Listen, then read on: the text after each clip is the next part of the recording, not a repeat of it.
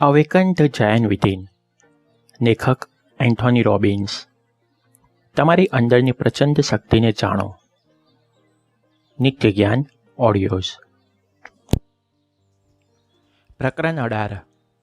તમારી ઓળખ, તમારી વિકાસની ચાવી. કોઈ મહાન કાર્ય મહાન લોકો વગર શક્ય બનતું નથી, અને મહાન લોકો પણ ત્યારે જ મહાન બને છે જ્યારે તેઓ મહાન ઓળખ ઊભી કરવા માટે કૃતનિશ્ચયી થઈ જાય છે. ચાર્લ્સ ડ ગોલ. નિત્ય જ્ઞાન ઓડિયોઝ. કોરિયાના આંતરવિગ્રહ વખતની આ વાત છે. એક અમેરિકન આર્મી ઓફિસર ચાઇનીઝ લશ્કરના હાથમાં ઝડપાઈ ગયો. યુદ્ધ વખતે માહિતી કઢાવવા માટે લશ્કર ક્રૂરતાની ગમે તે હદ ઓળંગતું હોય છે, પણ ચીનના લશ્કરી ઓફિસરોએ એવું કંઈ જ ન કર્યું. તેને દંડ ન ફટકાર્યા, ન તો બરફના પાટ પર સુવડાવી દીધો કે ન તો ઊંધો લટકાવીને ટોર્ચરિંગ કર્યું. છતાં તેમણે કંઈક તો ચોક્કસ કર્યું, જેને કારણે તે અમેરિકન ઓફિસર પોપટની જેમ ઘણું બધું બોલી ગયો. આટલું ઓછું હોય તેમ અમેરિકનોની મૂડીવાદ કેટલું ઘાતક અને અન્યાયી છે તેનું વિવરણ પોતાના હાથે લખીને આપ્યું. ચીનને વધુ શું જોઈએ? આ પત્રની કોપીઓ કઢાવીને નોર્થ કોરિયાના યુદ્ધ કેદીઓને છાવણીમાં ફેરવવા લાગ્યા અને પ્રચાર કરવા લાગ્યા કે કમ્યુનિસ્ટ કેટલો સારો છે અને મૂડીવાદ કેટલો ભયાનક છે. પછીથી એ અમેરિકન આર્મી ઓફિસરે કેટલીક ખાનગી માહિતીઓ ચીનના લશ્કરને આપી દીધી અને ખુદને આમ પોતાના મૂડીવાદ દેશને વખોડવા લાગ્યો. તમને કદાચ નવાઈ લાગતી હશે કે વગર ટોર્ચરિંગે પણ ચીનનું લશ્કર આમ કઈ રીતે કરી શક્યું. ચીનની લશ્કરી અધિકારીઓ તે કેદી સાથે મનોવૈજ્ઞાનિક ખેલ ખેલી ગયા. તેમણે કંઈક એવું કર્યું જેથી આ અમેરિકન કેદીઓની માન્યતાઓ, લાગણીઓ, વફાદારી અને દેશપ્રેમ બધું જ ભૂલાઈ ગયું. હકીકતમાં તેની આખી ઓળખ જ પલટી નાખવામાં આવી હતી. આ આખા પુસ્તકમાં આપણે ઠેર ઠેર એક પ્રકારની વાત કરી છે કે માન્યતાઓની આપણા જીવન પર, નિર્ણયો પર, સંબંધો પર અને ક્યારેક વ્યવસાય પર કેટલી મોટી અસર પડે છે. અહીં આપણે ફરી તેને યાદ કરીશું અને પછી તેને આ ઓળખ સાથે શું સંબંધ છે તે સમજીશું. આપણી માન્યતાઓ આપણા વર્તન પર અસર કરે છે. અમુક ચોક્કસ સંજોગોમાં આપણે માત્ર આપણી માન્યતાઓના દોરવાઈએ છીએ. આ માન્યતાઓ પર જાત જાતની હોય છે, તેથી તેની આપણા ઉપર અસર પણ અલગ અલગ રીતે થાય છે. રોજબરોજના જીવનમાં આપણી નાની મોટી માન્યતાઓ, તેમની અસર અમુક ચોક્કસ સંજોગો સુધી સીમિત રહે છે. જેમ કે તમારા અમુક દોસ્તે તમારી સાથે તોછડું વર્તન કર્યું હોય તો પણ તમે તેને ભૂલી જવાની કોશિશ કરશો. તમે આમ કરો છો કારણ કે તે મિત્રની સાથેની તમારી મિત્રતામાં તમને વિશ્વાસ છે. તમે દ્રઢપણે માનો છો કે તે ભલે ગુસ્સામાં ગમે તે બોલી જાય પણ તેના દિલમાં કોઈ કડવાશ નથી. તમારી આ માન્યતાના લીધે તમે શાંતિ જાળવી શકશો, પણ તેનો અર્થ એવો નથી કે કોઈ અજાણી વ્યક્તિ તમારી સાથે આ રીતે વર્તી હોય તો તમે આટલી નરમાશથી વર્ત્યા હોવ. તમારું વર્તન નરમ રહ્યું હોય, તેની પાછળ તમારી તે દોસ્તી માટેની માન્યતા કામ કરી ગઈ, પણ તે માન્યતા તે દોસ્ત પૂરતી જ સીમિત રહેશે. તે તમે દરેક વ્યક્તિ કે દરેક સંજોગમાં તો લાગુ પાડી શકો નહીં. દરેક વ્યક્તિ કે દરેક સંજોગોમાં લાગુ પાડી શકાય તેવી માન્યતા એટલે વૈશ્વિક માન્યતાઓ. યાદ છે ને, આપણે તેની ચર્ચા કરતી વખતે તેના કેટલાક દાખલાઓ પણ જોયા હતા. પૈસાનું તો એવું જ છે ને. આજના જમાનામાં તો આમ ચાલે જ. આ બધી માન્યતાઓની અસર અને વ્યાપ ઘણા મોટા છે. તે કોઈ ચોક્કસ વ્યક્તિ કે પરિસ્થિતિ સુધી મર્યાદિત નથી. આવી માન્યતાઓની અસર એટલી મોટી છે કે તે તમારી કારકિર્દી, કામકાજ, સંબંધો, મિત્રતા, લગ્ન જેવા જિંદગીના મોટા મોટા નિર્ણયોમાં અસર કરી શકે છે. વ્યક્તિ પોતાની વિશે જે માને છે તેની સૌથી વધુ અસર તેના જીવન પર પડવાની છે. આમ આ નવા પ્રકારની માન્યતાઓનો પ્રભાવ ખૂબ મોટો છે. યાદ રાખો, તમે પોતે તમારી ઓળખ વિશે શું માનો છો તે માન્યતાની અસર તમારા જીવન પર સતત પડતી રહેશે. વ્યક્તિની ઓળખની વાત આવે એટલે તરત તેની શક્તિની વાત આવે. તમે જાણો છો, વ્યક્તિની સાચી શક્તિ અને માની લીધેલી શક્તિ અંગેની પોતાની માન્યતામાં સત્ય અને અફવા જેટલું અંતર રહેલું છે. આપણે મોટે ભાગે તો આપણી સાચી શક્તિઓ વિશે ખાસ કંઈ જાણતા જ નથી. માત્ર માન્યતાના સહારે જ કામ ચલાવીએ છીએ કે આપણે આ કરી શકીએ અને પેલું ન કરી શકીએ. તો આખરે આ ઓળખ છે શું? એમ કહી શકાય કે આપણી ઓળખ એ આપણા વ્યક્તિત્વ અંગે આપણી માન્યતા છે, જેમાં આપણે એવી કેટલીક અનોખી વાતોને રજૂ કરીએ છીએ જે આપણને બીજા કરતાં અલગ તારવે છે.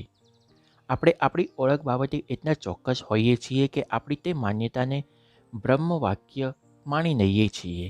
તેથી ક્યારેક એવું પણ બને છે કે અમુક બાબતો આપણે નહીં કરી શકીએ તેમ માનીને આપણે પોતે જ આપણા માટે લક્ષ્મણ રેખા દોરી બેસીએ છીએ. તમારી શક્તિઓ આજે પણ અટલ છે, પણ તમે તેને કેટલી હદ સુધી વાપરી શકો છો તે તો એ બાબત પર જ આધાર રાખે છે કે તમે તમારી નજરોમાં તમારી કઈ ઓળખ બનાવી છે. જો તમે તમારી જાતને એકદમ ભરાડી અને જબરા માનતા હશો તો સમય આવીએ તે ભરાડીપણું બતાવી શકશો અને ગમે ત્યારે રસ્તો કાઢી શકશો. જો તમે તમારી જાતને સરળ માનતા હશો તો ઉકેલ શોધવાની રીતો પણ સરળ પસંદ કરશો. જો તમે તમારી જાતને લૂઝર માનતા હશો, ઉકેલ શોધતા પહેલાં જ હાથ પગ ફૂલી જશે. ટૂંકમાં કહું તો તમે તમારી કેટલી ક્ષમતા વાપરી શકશો તે તમારા વિશેની માન્યતા પર જ નિર્ભર રહેશે.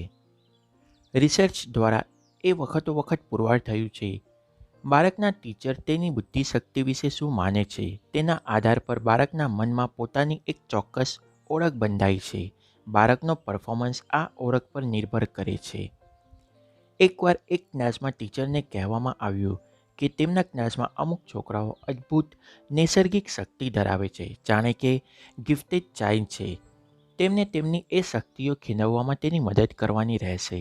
અમુક મહિના પછી જ્યારે ફરી સૌના પરફોર્મન્સ તપાસવામાં આવ્યા ત્યારે સૌએ નજર જોયું કે તે બાળકોએ ક્લાસમાં ટોપ પોઝિશન મેળવી હતી. ખરેખર તો એ બાળકો પણ ક્લાસના અન્ય બાળકો જેવા જ હતા અને તેમના જેટલી જ બુદ્ધિશક્તિ ધરાવતા હતા. અરે, તેમનામાં કેટલાક તો ખાસ્સા નબળા પણ હતા. આ ચમત્કાર માત્ર ટીચરના મનમાં બેસાડેલી ખોટી માન્યતા ન હતો કે તે બાળકો ગિફ્ટેડ છે. ટીચર જ્યારે તેમને ગિફ્ટેડ ગણીને તેમની સામે અઘરા સવાલો મૂક્યા ત્યારે બાળકો પણ તેમની માન્યતાના દોરવાઈ ગયા કે આપણે આ અઘરા સવાલના જવાબ આપી શકીશું. આમ ટીચરની માન્યતાએ બાળકોની ઓળખ બદલી નાખી અને પરિણામ પણ બદલાઈ ગયું. આગળ જણાવેલા ઉદાહરણ પાછળ કામ કરનારો સિદ્ધાંત માત્ર બાળકના સ્કૂલના પરિણામ પૂરતો જ મર્યાદિત નથી. સામાન્ય જીવન પર પણ તેની એટલી જ અસરો જોવા મળે છે. તમારી પોતાની ઓળખ ગમે તે હોય, પરંતુ લોકોએ તેમના મનમાં તમારી ઇમેજ જેવી બનાવી હશે તે મુજબ તેઓ તમારી સાથે વર્તન કરશે. આ સિદ્ધાંતની સારી બાજુ તો આપણે ઉપરના ઉદાહરણમાં જોઈ લીધી કે ટીચરના તેમને જીનિયસ ગણવાની સાથે બાળકોના પરફોર્મન્સ સુધારવા નાખ્યો. તેની બીજી બાજુ થોડી ભયાનક છે. જો કોઈ બાળક નબળું હોવાની ઓળખ ટીચરના મનમાં બેસી ગઈ હોય તો બાળક સારું પરફોર્મન્સ કરી શકશે નહીં, અને જો કદાચ તે સારો દેખાવ કરતું હોય તો પણ ટીચરનું તેના પ્રત્યેનું વલણ બદલાશે નહીં. જે બાળક કે ટીચર કોઈ માટે યોગ્ય ગણાય નહીં. આવું કેમ થતું હશે તે આપણે વિગતવાર સમજીએ તે પહેલાં એક વાત યાદ રાખી લઈએ.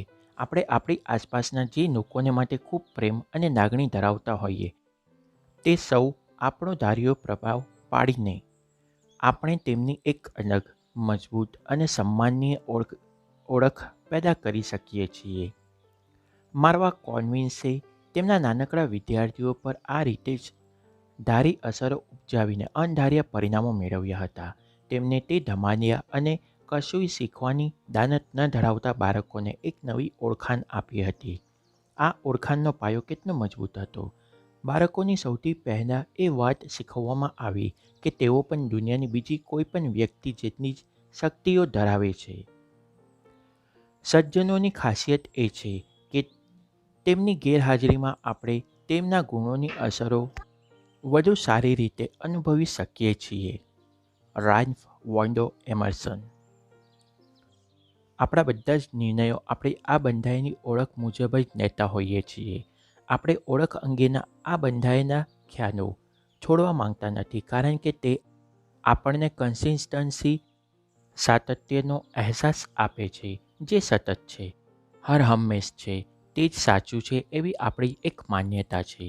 જે વ્યક્તિનો મત બદલાતો રહે તેમના અંગે આપણે કહીશું કે તે ભરોસાપાત્ર નથી, દબનધોનકી છે. જો કે આ બધા જ નિબંધ દુનિયાએ ચોંટાડેલા છે અને આપણે બિલકુલ નહીં ઈચ્છીએ કે આપણી ઉપર પણ આ નિબંધ લગાડવામાં આવે. આ કારણે જ્યારે જાહેરમાં આપણે કોઈક પણ બાબત પર મત આપવાનો આવે ત્યારે આપણા સુરા બોનિયા ન ફળેની જેમ આપણી બંધાયેલી ઓળખ કાયમ રહે તે પ્રકારનો જ અભિપ્રાય આપીશું. આમ અભિપ્રાયને સહારે ઓળખ નહીં બદલીએ અને ઓળખને સહારે અભિપ્રાય નહીં. ઓળખ અને ઇનકન્સિસ્ટન્સી એકસાથે સંભવ નથી. સિક્કાની બીજી બાજુ જોઈએ, જો તમે તમારો મત ન બદલતા હો તો તમને દુનિયા એકદમ સન્માનની નજરે જોવા લાગશે. આ વ્યક્તિ વિશ્વસનીય છે, ફેરવી તોડે તેમ નથી, વચનનો પાક્કો છે, એમ કહીને સૌ તમારા પર ભરોસો કરશે. તમે સમજી શકશો કે સારી ઓળખ સાથે કન્સિસ્ટન્સીનો ખ્યાલ એટલો પાક્કા પાયે જોડાયેલો છે કે કોઈપણ વ્યક્તિ પોતાની સારી ઓળખ બનાવવા માંગતો હોય તો પોતાના શબ્દો બદલવાનું પસંદ કરશે નહીં. બેવકૂફી ભરી કન્સિસ્ટન્સી એ ઓછી વિચારશક્તિ અને ટૂંકી બુદ્ધિનો નિશાની છે. Ralph Waldo Emerson. આપણી ઓળખને સતત જેવી છે તેવી જાળવી રાખવાની આપણી આ ધૂનની અસરો જાણવા જેવી છે. આપણી ઉપર દુનિયા કોઈ નિબંધ મારી દે પછી આપણે તે ઓળખને સ્વીકારી લઈએ છીએ. આપણો દાખલો ખોટો પડે ત્યારે જો કોઈ એમ કહે કે તું ભણવામાં ધગનીનો ઢ છે તો આપણે તે ઓળખને સ્વીકારી લેતા હોઈએ છીએ. એકવાર અઢ હોવું એટલે આપણી ઓળખ બની જાય, પછી સુધારો લાવવાનું બહુ મુશ્કેલ બની જાય છે. પણ જો દાખલો તપાસતી વખતે એમ કહેવામાં આવ્યું હોત કે તારી ગણવાની રીત બરાબર નથી, તો આપણે ચોક્કસ કંઈક સુધરી શક્યા હોત, કારણ કે તે ઓળખ આપણી નથી, માત્ર કામ કરવાની પદ્ધતિ છે. આપણે આપણા અભિપ્રાયને બદલી શકીએ છીએ અને માન્યતાઓને બદલી શકીએ છીએ, પણ આપણી ઓળખ આપણા વ્યક્તિત્વ સાથે એટલી વણાઈ ગયેલી હોય છે કે તેને બદલવા માટે બહુ મહેનત કરવી પડે છે. વ્યસનીઓને વ્યસન છોડવામાં આ જ કારણે તકલીફ પડે છે. જો ડ્રગ લેનાર વ્યક્તિ પોતાને માટે એમ કહેતો હોય કે મને ડ્રગ લેવાની ટેવ છે, તો તે વ્યક્તિ જ્યારે ડ્રગ છોડવાની કોશિશ કરશે ત્યારે છોડી શકશે, કારણ કે આ તેની ટેવ છે અને ટેવ તો બદલી શકાય તેવી ચીજ છે. કદાચ થોડીક તકલીફ પડશે અને ટેવ છૂટતા સમય પણ લાગશે, પણ તે શક્ય બનશે ખરું. હવે કલ્પના કરો કે એક ડ્રગ લેનાર વ્યક્તિ છે. આ વ્યક્તિ પોતાના માટે એમ કહેતો હોય કે હું ડ્રગ એડિક્ટ છું, તો તે ક્યારેય ડ્રગ છોડી શકશે નહીં. દુનિયામાં તે તેમજ પોતાના માટે તેનું એડિક્ટ હોવું તે એક ઓળખ બની ગઈ છે. ટેવ બદલી શકાય પણ ઓળખ નહીં. ઓળખ તો હતાગ્રહી જેવી છે. હતાગ્રહ કેટલો જિદ્દી હોય છે તે આપણે ચોથા પ્રકરણમાં જોઈ ગયા છીએ.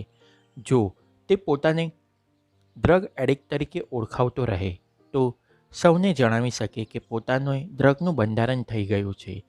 તેની તે આ આદત છોડવા ધારે તો પણ છૂટી શકે તેમ નથી.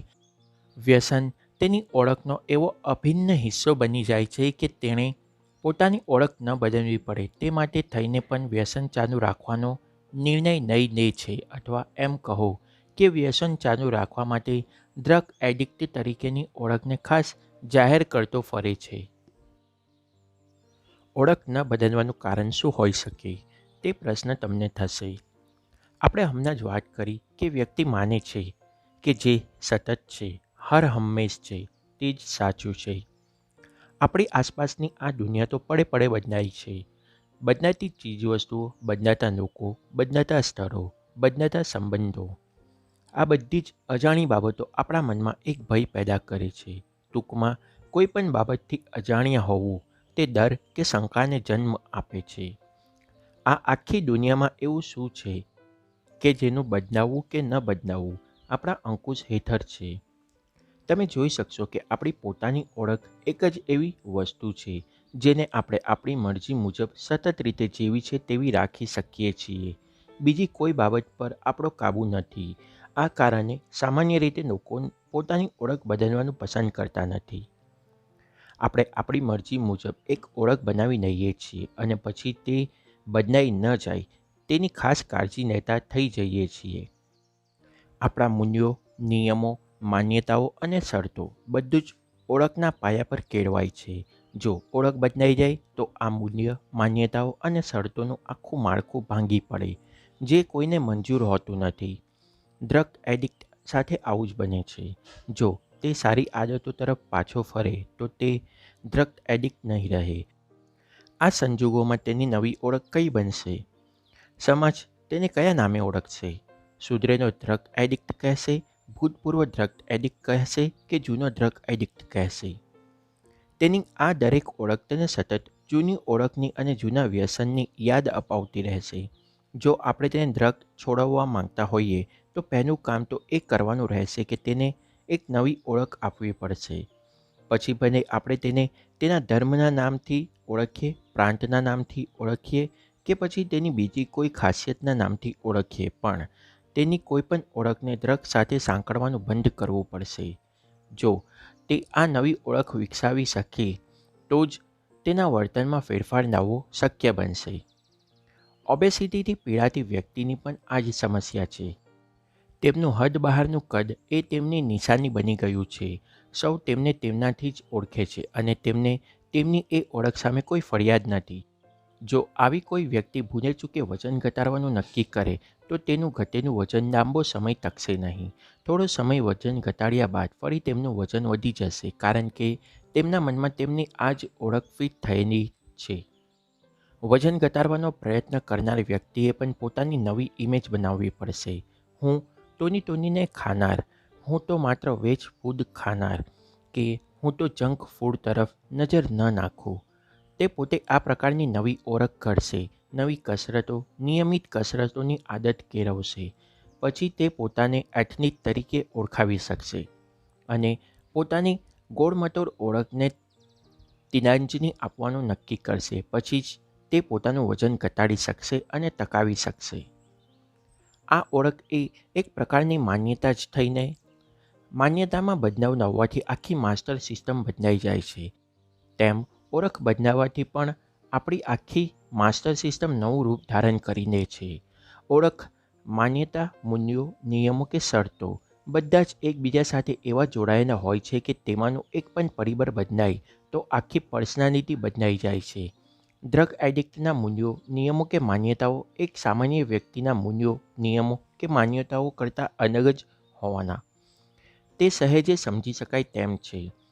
તમે જોઈ શકશો કે જ્યારે ડ્રગ એડિક્ટ પોતાની ઓળખ બદલશે ત્યારે તેની માસ્ટર સિસ્ટમમાં એટલા મોટા પાયે ફેરફાર થશે કે તેના વર્તનમાં બીજા પણ અનેક સુધારાઓ નજરે ચડશે.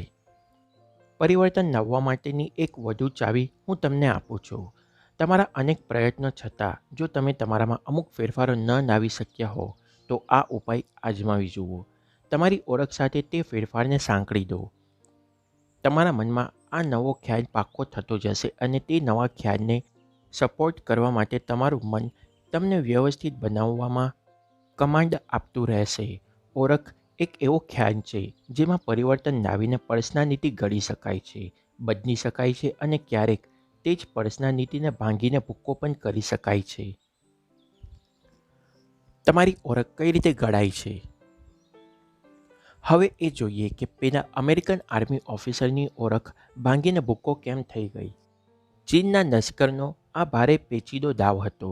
આજ સુધી ક્યારેય ન બન્યું હોય તેવું ઘણું આ કોરિયન યુદ્ધમાં બન્યું હતું. અમેરિકાના યુદ્ધ કેદીઓ આજ સુધી ક્યારેય આ રીતે પોતાની ગુપ્ત બાતમીઓ દુશ્મન દેશને આપી ન હતી. આ વખતે ચાઇનીઝ લશ્કરે મનોવિજ્ઞાનનો સહારો લીધો હતો.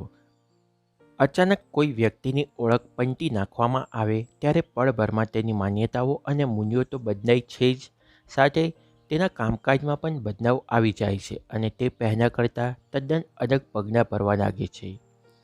ચાઇનીઝ લશ્કરે અમેરિકન આર્મી ઓફિસરની ઓળખ પંટી નાખી. યુદ્ધ કેદીઓ પર કોઈ પ્રકારે ક્રૂર બનવાના બદલે તેમની ઓળખ જ જનોઈ વધનો ઘા કર્યો. તેમણે સૌથી પહેલાં અમેરિકન ઓફિસરની માન્યતા જ બદલી નાખી અને તેમના મનમાં ઠસાવી દીધું કે અમેરિકા આ યુદ્ધ અકારણ જ લડી રહ્યું છે. એકવાર પોતાના દેશ વિશે સહેજ ઘસાતું બોલ્યા બાદ તે ઓફિસર પોતે જ ચાઇનીઝ કમ્યુનિઝમના રંગે રંગાઈ ગયો. તેની અસર એટલી પ્રચંડ હતી કે અમેરિકન ઓફિસર પોતાના દેશની ગુપ્ત માહિતીઓ આપીને અટક્યો નહીં, પણ પોતાના દેશની ટીકા કરવા લાગ્યો. એકવાર આ બધું તેના પોતાના હાથે નખાવી દીધા બાદ બાજી ચાઇનીઝ લશ્કરના હાથમાં આવી ગઈ હતી. કઈ રીતે? ચાલો તે બધું વિગતવાર જોઈએ. તમે તેને સારી રીતે સમજી શકશો તો એ પણ જાણી શકશો કે તમારી હાલની ઓળખ કઈ રીતે બની છે અને વધુ પ્રભાવશાળી ઓળખ ઊભી કરવા માટે તમારે શું કરવાનું રહેશે. ચીનના લશ્કર માટે અમેરિકન ઓફિસર પાસેથી માહિતી કઢાવવી એ બહુ મોટો પડકાર હતો. અમેરિકન સૈનિકોને ખાસ તાલીમ આપવામાં આવી હોય છે કે જો તે યુદ્ધ દરમિયાન પકડાઈ જાય તો તેમના નામ, રેન્ક અને સિરિયલ નંબર સિવાય ચોથી કોઈ માહિતી આપે જ નહીં.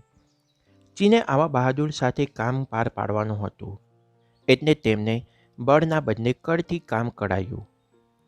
ચાઇનીઝ જાણતા હતા કે આપણે સૌ એકબીજાની શૈલીથી કે કામકાજ કરવાની પદ્ધતિથી એકબીજાને ઓળખીએ છીએ. અમુક સમયે કોઈકને બીજી કોઈ રીતે ઓળખી શકાય તેમ ન હોય, ત્યારે તેને લીધેલા પગલાંથી આપણે તેને ઓળખી કાઢીએ છીએ કે આ પ્રકારનું કામ તો મારા આ મિત્રનું જ હોય અથવા આ કામ મારા દોસ્ત કોઈ દિવસ કરે નહીં. ચીને બહુ ચાલાકીથી આજના સાદા નિયમનો ઉપયોગ કરી બતાવ્યો. તે એ તારણ પર પહોંચ્યું કે વ્યક્તિ પોતાના પગલાંને જોઈ તપાસી પોતાની ઓળખ બનાવે છે. વ્યક્તિ પોતે શું કરી રહી છે તે જોઈને પોતે જ નક્કી કરશે કે તે પોતે કોણ છે. તેનો અર્થ એવો થાય છે કે અમેરિકન ઓફિસરની ઓળખ બદલવી હોય તો તેની પાસે કંઈક એવું કરાવવું પડે જે સામાન્ય રીતે એક અમેરિકન ન કરતો હોય. તેમણે અમેરિકન ઓફિસરના 20 કલાકના રિમાન્ડ દરમિયાન કોઈ પ્રકારનો શારીરિક કે માનસિક અત્યાચાર કર્યો નહીં. તેની સાથે સતત વાતો કરતા રહ્યા. અમેરિકાનો મૂડીવાદી, ચીનનો સામ્યવાદી અને આ બંનેની સરખામણી કરીને પ્રજા પર થતી અસરો વિશે એકધારી વાતો થતી રહી. સામ્યવાદના ફાયદાઓની વાત કરતી વખતે તેમને એકવાર અમેરિકન ઓફિસરના મોંએ બોલાવી દીધું કે સામ્યવાદ બેરોજગારીની સમસ્યા દરમિયાન લોકોને વધુ સારી રીતે જાળવી શકે છે અને સૌને પોષી શકે છે. આમ એકાદ બાબતમાં અમેરિકા કે તેનો મૂડીવાદ પરફેક્ટ નથી તેવું અમેરિકન ઓફિસરે સ્વીકાર્યું, એટલે તેના જ હાથે સાવ સહજતાથી તે વાતને કાગળ પર નખાવી લેવામાં આવી.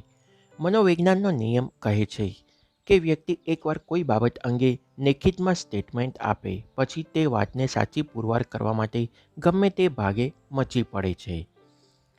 આજની લાંબી પૂછપરછથી થાકેલો અમેરિકન ઓફિસર એક કાગળ પર લખી આપે કે અમેરિકનના મૂડીવાદમાં કંઈક ખૂટે છે, એટલે ચીનના લશ્કરી અધિકારો તેને સરળતાથી કહેશે કે તો પછી આ કાગળ પર સામ્યવાદના ફાયદાઓ લખીને તે વાત સ્પષ્ટ કરો.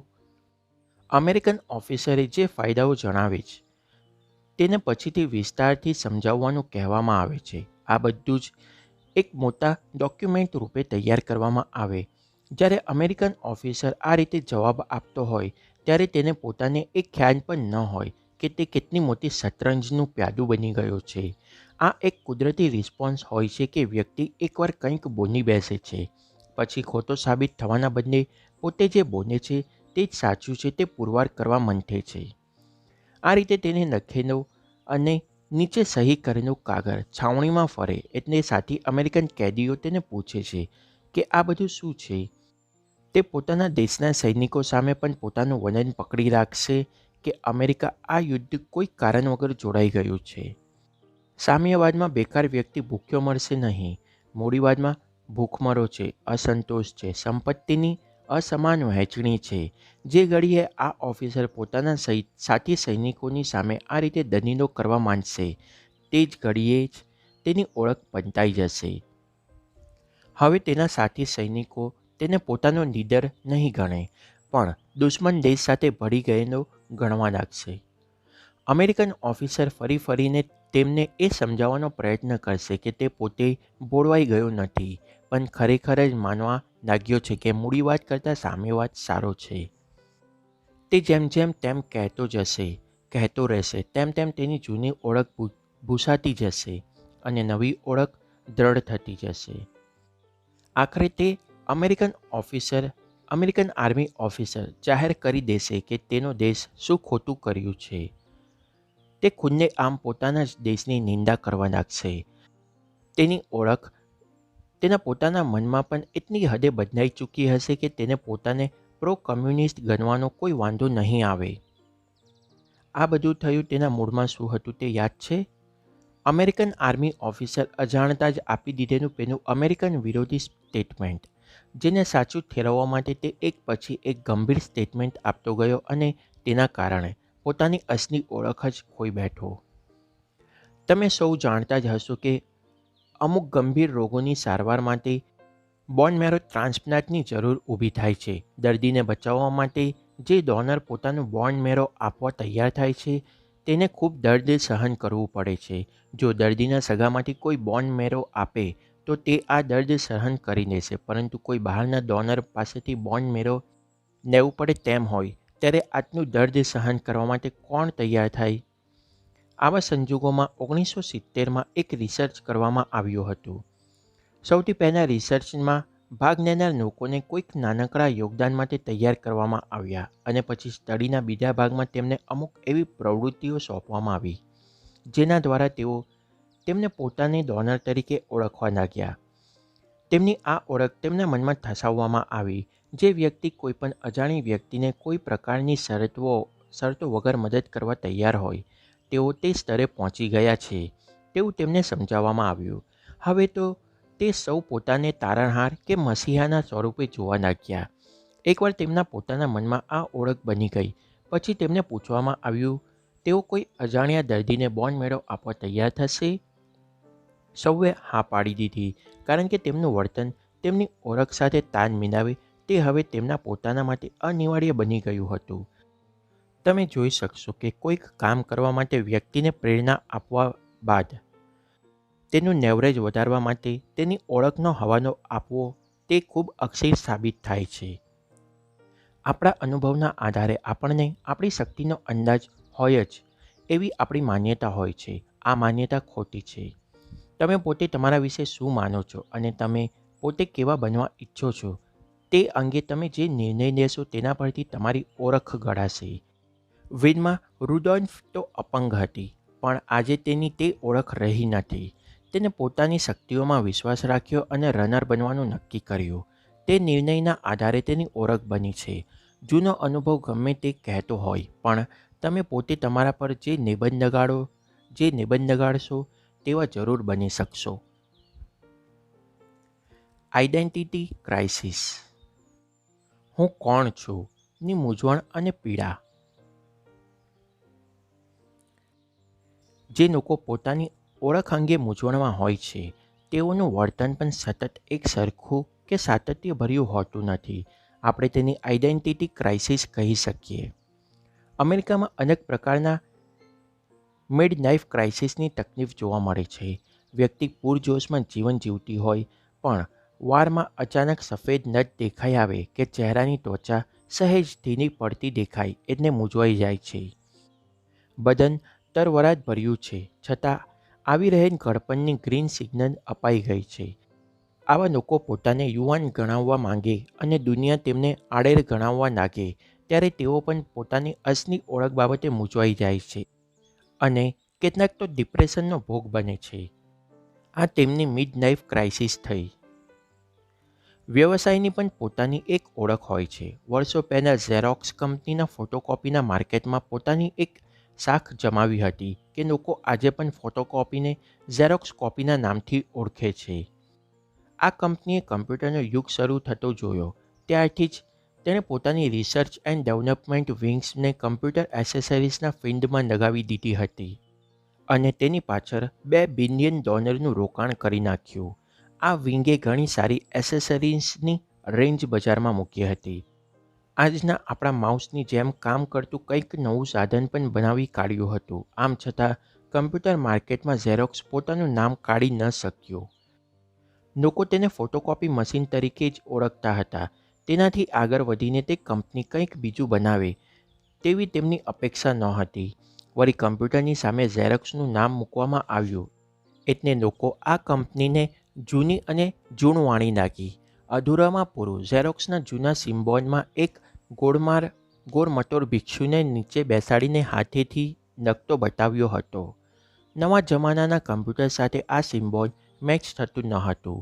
કમ્પ્યુટર એટલે ઝડપ, ચપળતા અને નવા યુગની શરૂઆત.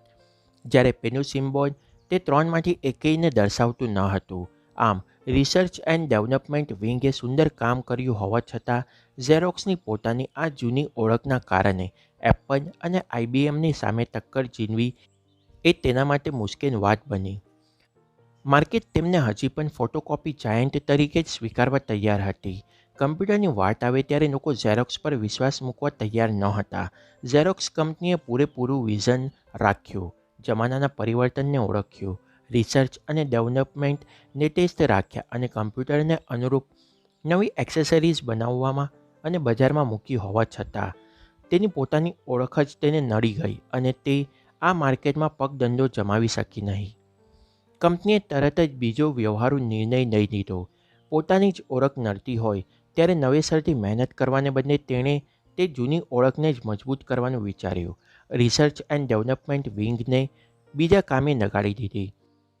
કમ્પ્યુટરનું માર્કેટ કબજે કરવાનું પડતું મૂક્યું. તેના બદલે કમ્પ્યુટરના ઉપયોગથી પોતાની ફોટોકોપીના બિઝનેસને જ મોડર્ન રૂપ આપ્યું. તેને કમ્પ્યુટરની મદદથી પોતાના બિઝનેસને એટલો અપગ્રેડ કરી દીધો કે ગ્રાફિક્સ કંપની તરીકે વર્ષોથી નંબર 1 બની રહી છે. ત્યારબાદ તેને કમ્યુનિકેશન નેટવર્કમાં પણ ઝંપલાવ્યું. પોતાની નવી ઇમેજ ઊભી કર્યા બાદ તેને નવું નામ આપવામાં આવ્યું કે ઝેરોક્સ ધ ડોક્યુમેન્ટ કંપની. આ પોતાનું ફિલ્ડ હતું.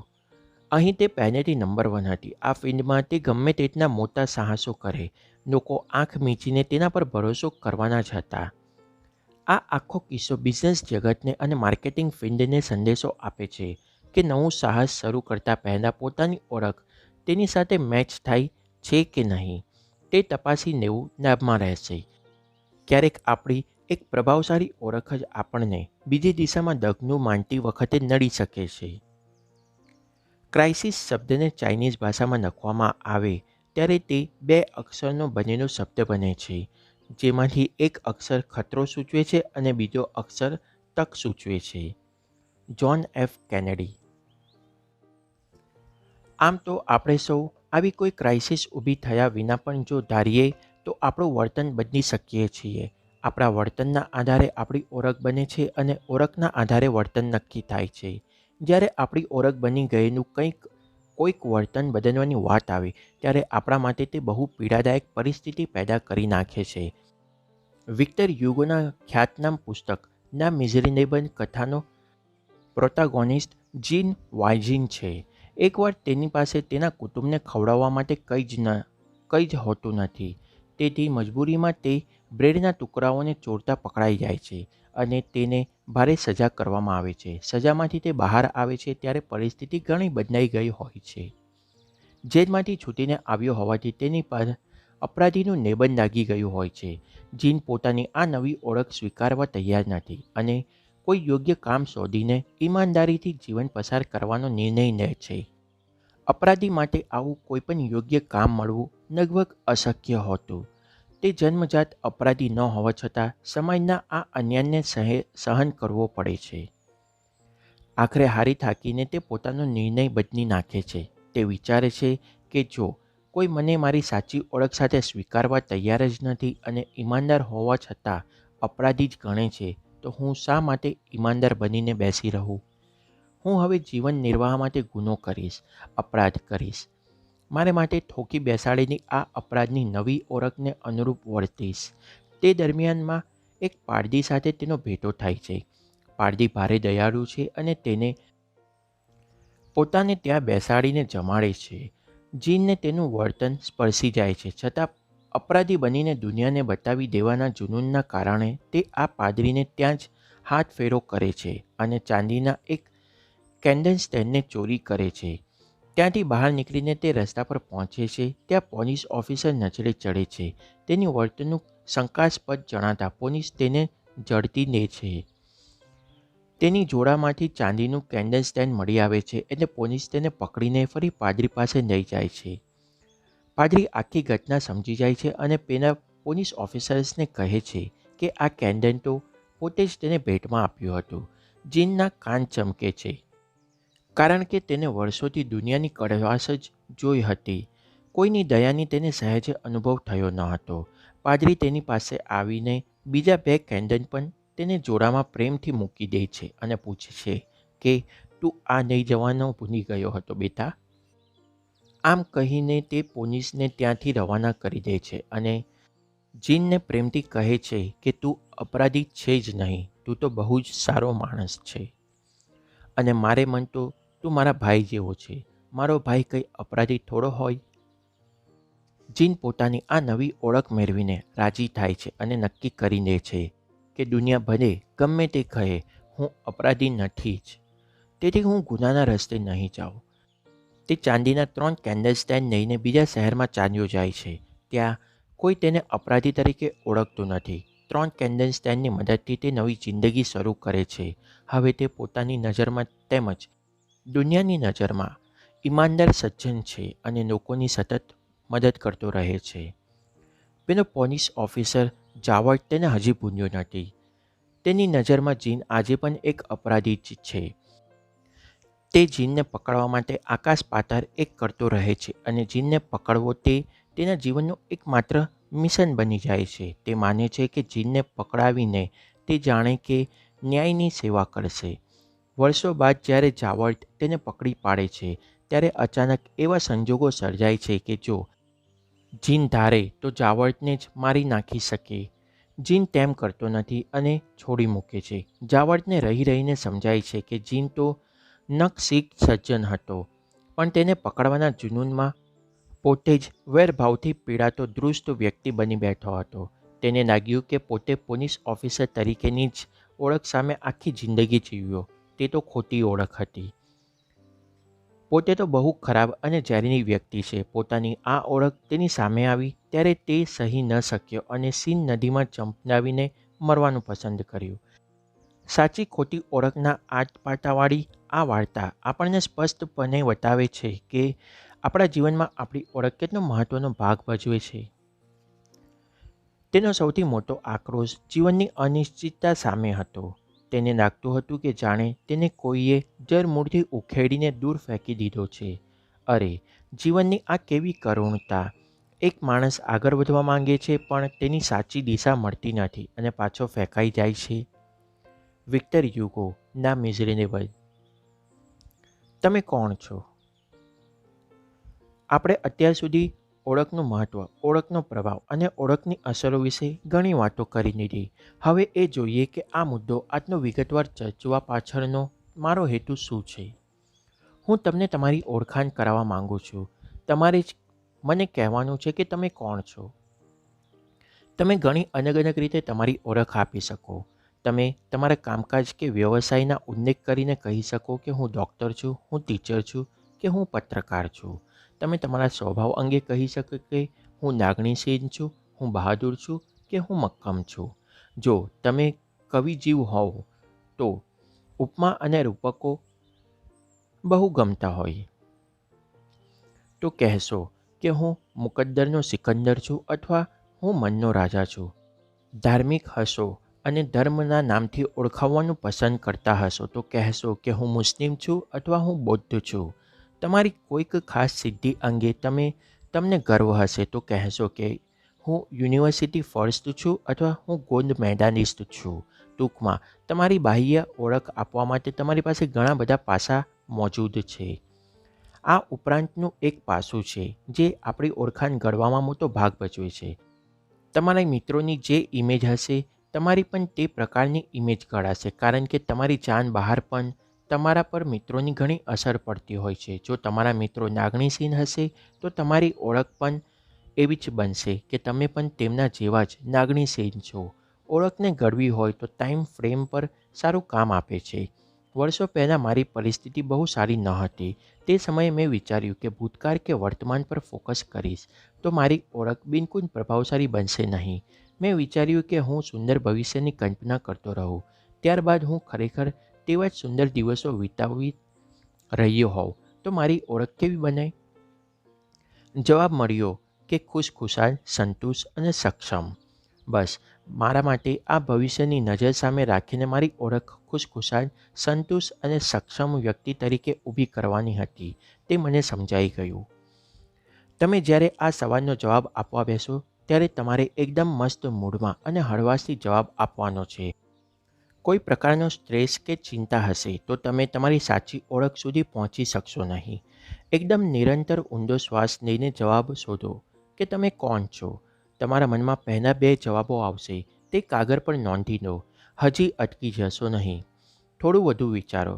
તમારી જે ઓળખ પર પેન અટકી જાય અને તમને સંતોષ થઈ જાય કે તમે તમારો પૂરેપૂરો પરિચય આપી દીધો છે તે ઓળખ સુધી મનને ફંફાવતા રહો. હા, આ બધું કરતી વખતે પણ મનને ખુશખુશાલ રાખવાનું છે તે ભૂલશો નહીં. ક્યારેક એવું બને કે વ્યક્તિ આ સવાલનો સામનો કરવા માટે તૈયાર હોય નહીં તો તેની પાસે પૂરેપૂરી માહિતી કઢાવી શકાય નહીં. જુઓ આ સમયે કેવા વિચિત્ર અને અડધા અધૂરા જવાબો મળશે. 1. તે વ્યક્તિ તમને ચૂપચાપ તાકી રહેશે. તેની પાસે આ સવાલનો જવાબ છે જ નહીં. તેને ક્યારેક આ વિશે વિચાર્યું જ નથી. તેથી જ્યારે સવાલ પૂછવામાં આવશે ત્યારે મૂંઝવાઈ જશે. 2. આછો પત્રો અને ઉપરછંદનો જવાબ આપી દેશે. આવો જવાબ મળે તો સમજી જવું કે તેનો ઈરાદો આ જવાબ તારવાનો છે. હું આ છું અને જેવો છું તેવો છું. એ પ્રકારનો મિજાજ તમને જણાઈ આવશે. બાળકોના ફેવરિટ કાર્ટૂન પોપાઈને ઓળખો છો? પોપાઈનો એક ખાસ ડાયલોગ છે કે I am what I am and that's all that I am. તમને તેમનો જવાબ કંઈક આ સૂરનો જ જણાશે પરંતુ તેની પાછળ પણ એક કારણ છે. આ ઓળખ જેવા અંગત મુદ્દા પર જવાબ આપવાનો આવે ત્યારે કોઈ તરત જવાબ આપશે નહીં. તે પહેલાં બે સવાલ મનમાં જ વિચારી લેશે. પહેલો સવાલ એ વિચારશે કે મારી પાસે ખરેખર આ સવાલનો જવાબ છે ખરો? જો ના તો તમને કહેશે કે મને આ અંગે ખાસ ખ્યાલ નથી અથવા તમને આ ઉપરછંદનો જવાબ આપી દેશે. જો તે આટલી નિખાલસતા બતાવતા અચકાતો હશે તો પોતાને જ બીજો સવાલ કરશે કે આ સવાલનો જવાબ આપીને મને ફાયદા શું થશે? આ બધું જાણવું મારા માટે ખરેખર જરૂરી છે ખરું? ચાલો હું તમને આ બંને જવાબો સમજાવું. પહેલી વાત તો એ છે કે તમને ભલે લાગતું હોય કે તમારી પાસે આ સવાલનો જવાબ નથી પણ હકીકત કંઈ અલગ છે. તમારા મનના અંદરના કોઈક ખૂણે આ જવાબ પડ્યો જ છે.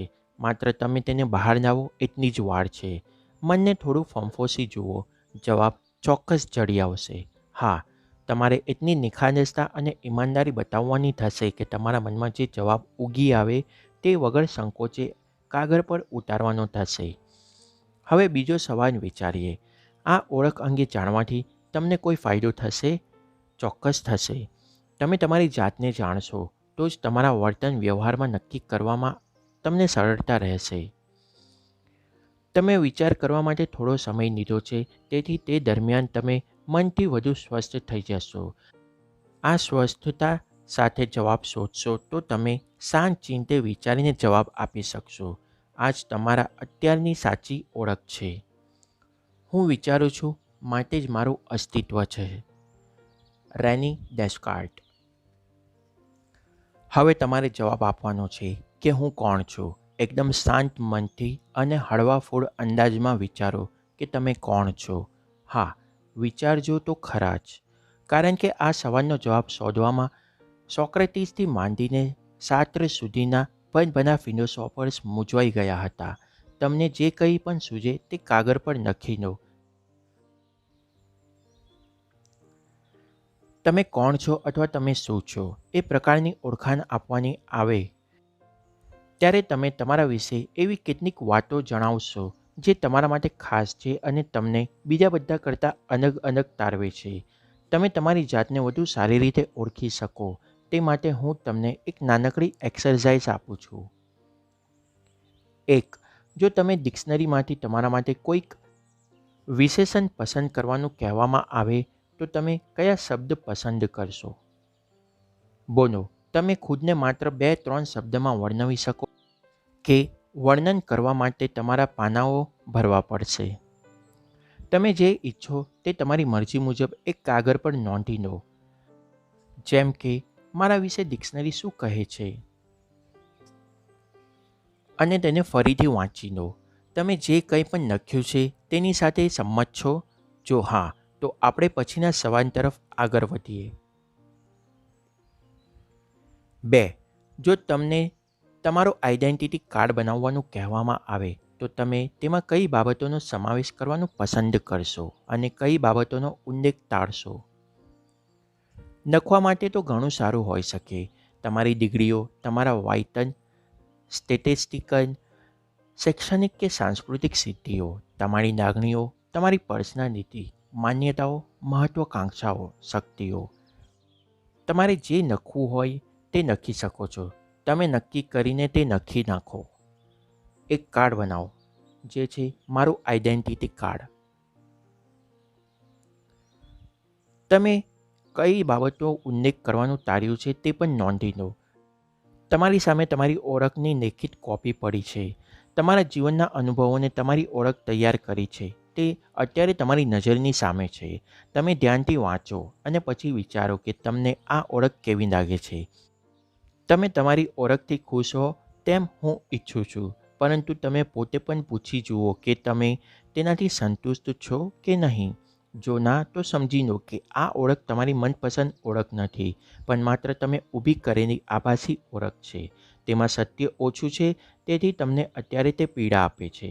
જો આજની વાત સમજાઈ જાય તો પરિવર્તનનો સમય આવી પહોંચ્યો છે તેમ સમજી લેજો.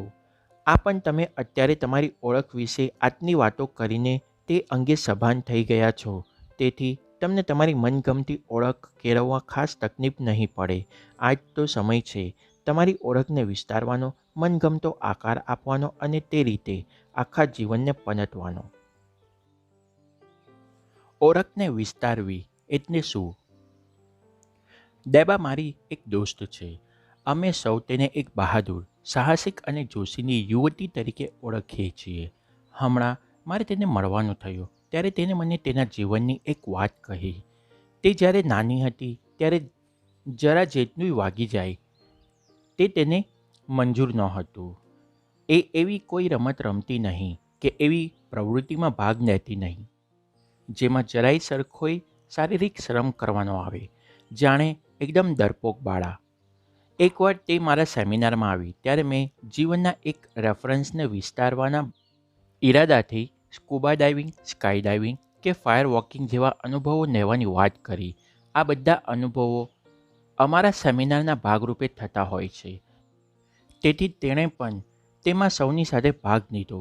ત્યારે તેને નોંધ્યું કે ફરજ પાડવામાં આવી ત્યારે તે સ્કાય ડાઇવિંગ કરી શકી, પણ આ તેનો પહેલો અનુભવ હતો. તેના જીવનના આ પ્રકારના સાહસિક પ્રવૃત્તિ કરી હોવાનો એકમાત્ર રેફરન્સ કહીએ તો પણ ચાલે. સ્વભાવગત રીતે જ તે એટલી ડરપોક હતી કે આ પ્રકારના રેફરન્સ તેની પાસે વધુ સંખ્યામાં તો હતા નહીં. હજી આ રેફરન્સના આધારે તે દ્રઢ માન્યતા બાંધી શકે તેમ નહોતી કે તે પોતે સ્કાય ડાઇવિંગ સુંદર રીતે કરી શકે છે. હા, એટલું ચોક્કસ કે તેણે એકવાર સ્કાય ડાઇવિંગ કર્યું ત્યારથી તેના મનમાં અજાણપણે રેફરન્સ એકઠા કરવાનું કામ જરૂર ચાલુ થઈ ગયું હતું. તે જ્યારે સેમિનારમાં પાછી આવી ત્યારે સૌ તેને અભિનંદન આપવા લાગ્યા કે તેને તો કેટલું સાહસિક કામ કરી બતાવ્યું છે, તે તો કેટલી બહાદુર છે, તેને ઊંચાઈનો બિલકુલ ડર જ નથી. ડેબ્રા તો આ સાંભળીને નવાઈ પામી ગઈ. તે સેમિનાર વખતે તો ફરજિયાત કૂદી ગઈ, પણ તે કંઈ તેના માટે સહેલું ન હતું. બીજી તરફ લોકો તેને સાહસ વૃત્તિના એટલા વખાણ કરવા લાગ્યા કે તે પોતે જ પોતાની આ નવી ઓળખથી મૂંઝવાઈ ગઈ. તે પોતાને તો હજુ પણ ડરપોક યુવતી જ માનતી હતી. હવે તેને પણ પ્રશ્ન ઉઠાવ્યો કે પોતે તો સ્કાય ડાઇવિંગ કરી આવેલી યુવતી છે, તો શું પોતે ખરેખર ડરપોક યુવતી છે ખરી?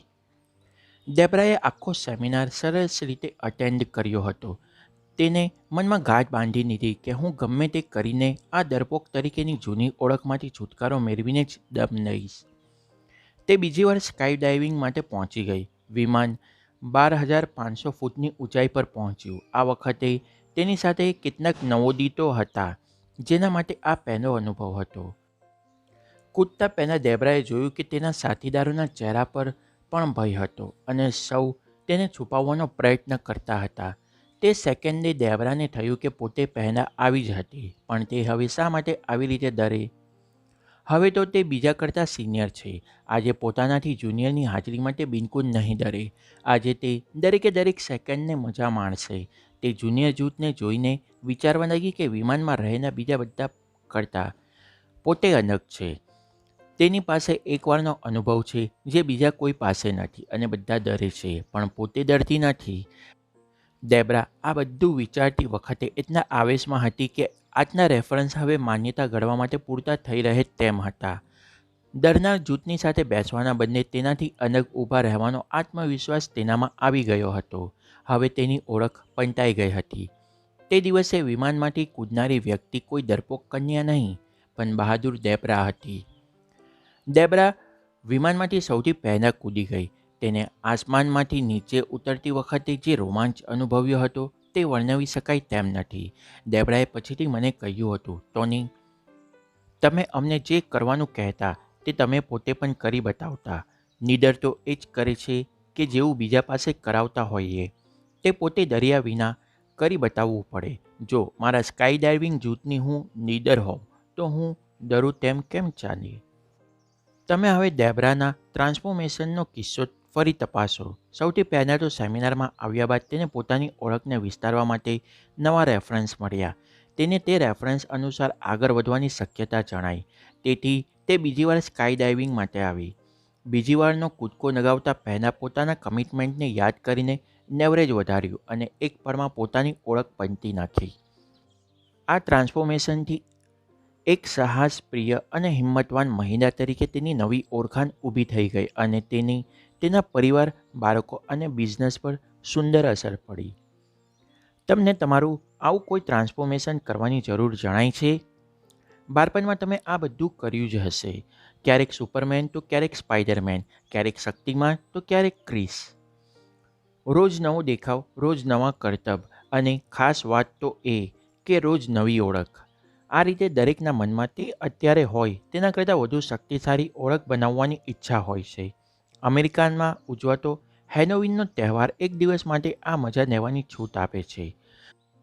સૌ પોતપોતાના અલગ નિબાસમાં સજ્જ થઈને આવે. કોઈ ઓળખી જ ન શકે તેવા નવા ગેટઅપ સાથે જાહેરમાં પરેડ કરે અને એક દિવસ પૂરતો નવી ઓળખનો આનંદ લઈને તમે આ મિનિટે કે આ સેકન્ડે તમારી જૂની ઓળખને ફગાવી શકો છો અને નવી મનગમતી ઓળખ મેળવી શકો છો. ચાલો ફરી નવી ઓળખ બનાવીએ. તમે થોડી વાર પહેલાં જ એક એક્સરસાઇઝ કરી. જો તમને લાગતું હોય કે તમારી તે ઓળખ તમને પૂરેપૂરો સંતોષ આપી શકે તેમ નથી, તો નીચે જણાવેલા સ્ટેપ લેવા માંડો. 1. તમારે તમારી ઓળખમાં જે પણ બાબતોનો સમાવેશ કરવો હોય તેનું એક લિસ્ટ અત્યારે જ બનાવી કાઢો. તમે તમારી જેવી ઓળખ બનાવવા ઈચ્છો છો તેવું વ્યક્તિત્વ ધરાવનારી કોઈ એક વ્યક્તિ તમે જોઈ છે ખરી? શક્ય છે કે તમારી આસપાસ જ હોય અને જો તમે ધારો તો તેને રોલ મોડલ બનાવી શકો. જો તે સંભવ હોય તો તમારું વધુ મહેનત લેવાની જરૂર નથી. તમે તેનું જ સારી રીતે અવલોકન કરતા રહો. તેની બોલચાલ, વાતચીત અને વર્તનને નોંધતા રહો. 2. જો તમે સાચા અર્થમાં તમારી નવી અને મજબૂત ઓળખ ઊભી કરવા માંગતા હોવ તો તેના માટે એકદમ ઉત્સાહભેર તૈયાર થઈ જાઓ. નાનું બાળક તેનું મનગમતું કામ થાય તો કેટલું ખુશખુશાલ થઈ જાય છે, તે જ રીતે તમે પણ તમારી મનગમતી ઓળખ ઊભી કરવા માટે જોશમાં આવી જાઓ. વિગતવાર વર્ણન કરો કે તમે તમારી નવી ઓળખમાં શું શું ઝાંખો છો. 3. હવે આપણે આયોજનની વાત કરીશું. તમારે તમારી નવી ઓળખ સાથે એકરૂપ થવાનું છે. નવા મૂલ્યો, નવી માન્યતાઓ અને આખો નવી માસ્ટર સિસ્ટમને વિકસાવવાની છે. આ બધું નક્કી કરતી વખતે તમારા કયા દોસ્ત તમને સાથ આપવાના છે તે જાણી લેજો. તેઓ તમારી નવી ઓળખને ઘડવામાં મદદરૂપ થાય તેમ છે કે નહીં તે જાણી લેજો. કોઈ પોતાની જૂની ઓળખ ફગાવીને નવી ઓળખ ઘડી કાઢે ત્યારે તે વ્યક્તિનો આનંદ અને દુનિયાનું આશ્ચર્ય બંને જોવાલાયક હોય છે. જ્યારે મારા ઘરમાં આ ટ્રાન્સફોર્મેશન જોવા મળ્યું ત્યારે તેનાથી મને એટલા સંતોષ અને ખુશી મળ્યા કે વાત ન પૂછો. મારો મોટો દીકરો ટાઈનર મારી સાથે હેલિકોપ્ટરમાં આવતો અને પોતાના રેફરન્સ એકઠા કરી રહેતો. તેણે પણ મનમાં નક્કી કરી લીધું હતું કે તે પણ મોટો થઈને પોતાનું હેલિકોપ્ટર ઉડાડતો હશે. આજે તે હેલિકોપ્ટર પાયલટ જ નહીં, જેટ પાયલટ પણ બન્યો. આકાશમાં ઉડવાના સપના તો સૌ જુએ છે, પણ તે હવે તેમનાથી ઘણો આગળ વધી ચૂક્યો હતો અને પોતાની જાતે ઉડવા લાગ્યો હતો. આ ઉપલબ્ધિનો આનંદ કંઈ ઓછો હોતો નથી. 4. અત્યાર સુધી તમે તમારી જૂની ઓળખને બદલી નાખવાનો સંઘર્ષ એકલા હાથે કરતા રહ્યા હતા. હવે જ્યારે તમે તમારી નવી ઓળખ કેળવી લીધી છે, ત્યારે સૌની સાથે તે જાહેર કરી દેવાનો વખત આવી પહોંચ્યો છે. લોકોની નજરમાં જોવા મળનાર આશ્ચર્ય, આહોભાવ, પ્રશંસા કે ખુશી જોઈને તમે રોમાંચિત થઈ જશો. આ નવી ઓળખનું ભવિષ્ય શું? આપણે દરરોજ કંઈક ને કંઈક શીખતા રહીએ છીએ. દુનિયામાં આપણો રોજ પણ બદલાતો રહે છે. એવા સંજોગોમાં આપણે આપણી મનગમતી ઓળખ બનાવીને બેસી જઈએ તે ચાલે તેમ નથી. આ ઓળખને વિકસાવવા માટે જાગૃત હોઈએ તે જરૂરી છે. જિંદગીની ખરી મજા સતત વિકસવામાં છે અને તેથી તમારી ઓળખ વધુને વધુ મજબૂત બનતી રહે તે જરૂરી છે. આ પુસ્તકના વાંચનને તમને નવો અનુભવ કરાવ્યો કે નહીં? તમે પહેલે જે હતા તેના કરતાં તમારા વ્યક્તિત્વમાં વધુ કંઈકનો ઉમેરો થયો કે નહીં? હું જ્યારે અલગ અલગ કામો કરતો હોઉં ત્યારે લોકોને નવાઈ લાગે છે. ઘણા તો પૂછે છે પણ ખરા કે ટોની, આટલું બધું કામ તું કેવી રીતે કરી શકે છે? હું ત્યારે તેમને મીઠું હસીને મારું રહસ્ય જણાવું છું. લોકો પહેલાં આવડત મેળવે છે અને પછી તે આવડત અંગે કોન્ફિડન્ટ બને છે. જ્યારે હું તો હંમેશા મારા મનમાં કોન્ફિડન્સ સ્ટેટસને જાળવી રાખું છું. આ કોન્ફિડન્સની સાથે હું કોઈ પણ નવી આવડત કેળવવા નીકળું ત્યારે મારું કામ બહુ ઝડપથી થાય છે. તેથી જ હું ઘણા અલગ અલગ કામો કરી શકું છું.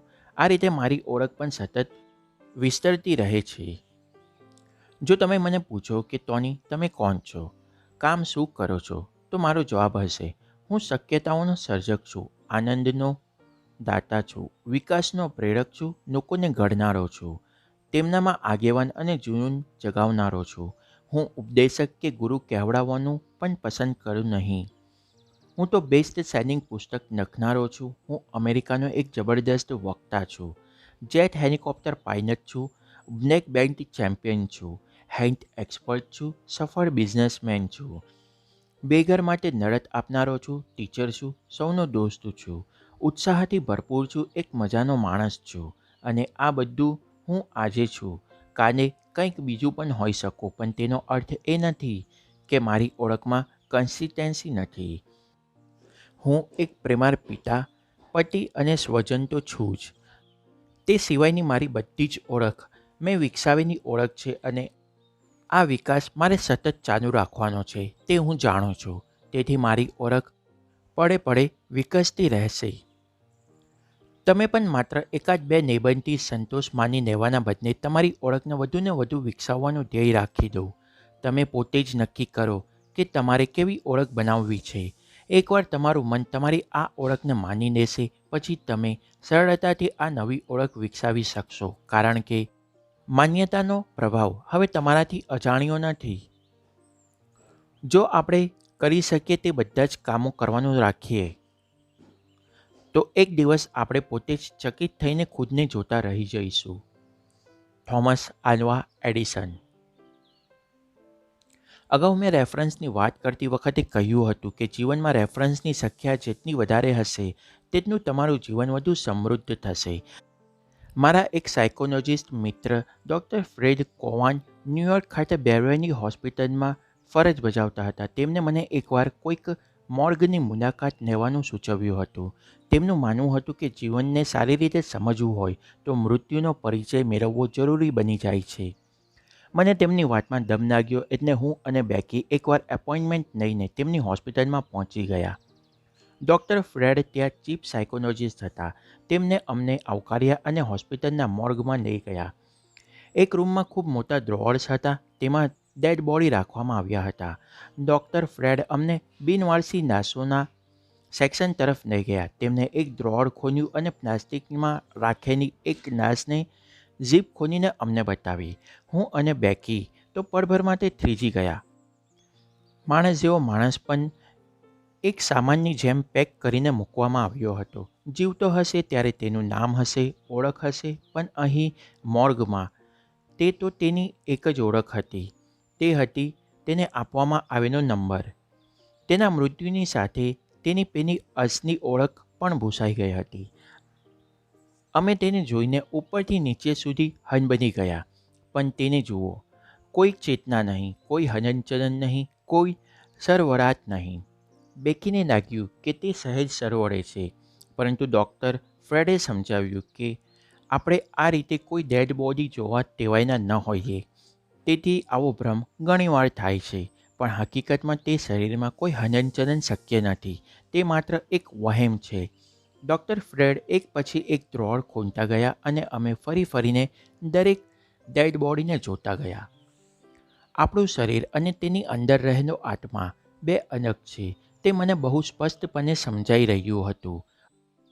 વળી આપણો આ આત્મા જેમાં રહે છે તે શરીર જો સાજું નવરું હોય, તેને ખાસ કોઈ કષ્ટ ન હોય તો તે સ્વસ્થ શરીર માટે આપણે પ્રભુનો આભાર માનવો જ રહ્યો. જરાક નજર દોડાવીને જોશો તો જણાશે કે આપણી આસપાસ ઘણા બધા લોકો પાસે આટલું સ્વસ્થ શરીર નથી. કેટલાક બીમાર છે તો કેટલાક વળી અપંગ છે. તેમની તરફ ધ્યાનથી જોશો તો જણાશે કે કોઈકને હાથ નથી તો કોઈકને પગ નથી. આ પ્રકારનો નાનો સરખો વિરોધાભાસ પણ આપણને તે વિચારવાની પ્રેરણા આપે છે કે આપણે કેટલા નસીબદાર છીએ. મારો આ મોર્ગનો અનુભવ તાજો જ હતો ત્યારે લેખક વેન ડાયરને મળવાનું થયું. તેમણે એક બહુ સુંદર વાત કહી કે આપણે આધ્યાત્મિક અનુભવ કરનાર મનુષ્ય જીવ નથી. આપણું જીવન તેના કરતાંય ઉચ્ચ કક્ષાનું છે. તેથી એમ કહેવું યોગ્ય ગણાશે કે આપણે મનુષ્ય જીવન પામેલા આધ્યાત્મિક જીવો છીએ. આત્મા વિશે આટલું વિચાર્યા બાદ મને લાગ્યું કે આપણે આપણી ઓળખનો ખ્યાલ મેળવી શકીએ, પણ આપણી ખરી ઓળખ તો આપણો આત્મા પોતે જ છે, જેના વિશે આપણી પાસે ખાસ જાણકારી છે જ નહીં. છતાં એકવાર આપણે સ્વયંને આત્મા તરીકે ઓળખતા થઈ જઈએ તો નાની નાની તુચ્છ અને નકામી ગણાય તેવી બાબતોમાં હુંસાતુંસી કરવાનું ભૂલી જઈશું. આપણી આસપાસની દરેક વ્યક્તિ આપણો મિત્ર, દુશ્મન કે હરીફ છે તેમ વિચારવાના બદલે તે આપણા જેવો જ એક આધ્યાત્મિક આત્મા છે તેમ માનતા થઈ જઈશું તો આપણા રાજ્ય, દેશ, દુનિયામાં અને વિશેષ રૂપ આપણા મનમાં ઘણી શાંતિ થઈ જશે. આપણામાંની દરેક વ્યક્તિ ખાસ છે. દરેકની શક્તિઓ અમર્યાદિત છે. દરેકને આ પૃથ્વી પર રહેવાનો અધિકાર મળ્યો છે. આપણામાંના દરેકની આ પૃથ્વી પરની હાજરીનો કોઈ ખાસ હેતુ છે અને દરેકની પાછળ કોઈક દૈવી ચેતના કામ કરે છે. Volt Whitman. હવે પછી ક્યારેય એમ કહેશો નહીં કે મારાથી આ કામ નહીં થાય કે હું તે કામ કરી શકું નહીં.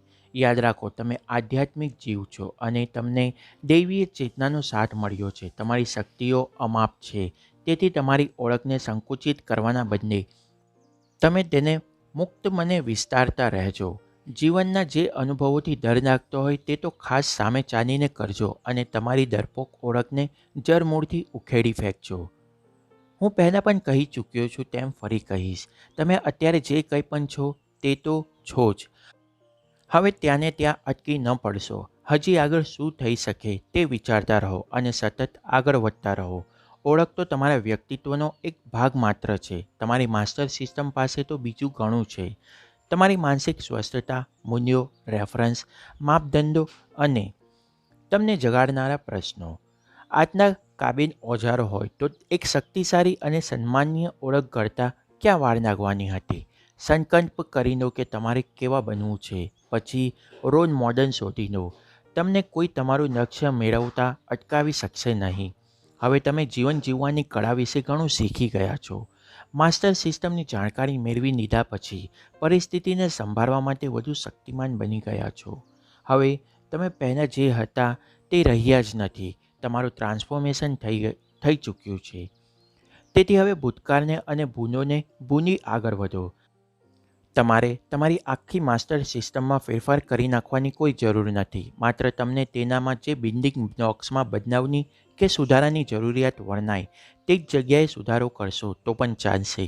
તમે કોઈ પણ એક સ્થાન પર બિલ્ડિંગ બ્લોક્સમાં ફેરફાર કરશો તો તેની સાથે જોડાયેલા બીજા 4 બિલ્ડિંગ બ્લોક્સ પણ આપોઆપ બદલાઈ જશે અને તે તમારી જરૂરિયાતને અનુરૂપ જ હશે. તો ઉઠો અને જીવનના જંગને બખ્તરની આડશે લડવાના બદલે સામી છાતીએ લડવા તૈયાર થઈ જાઓ.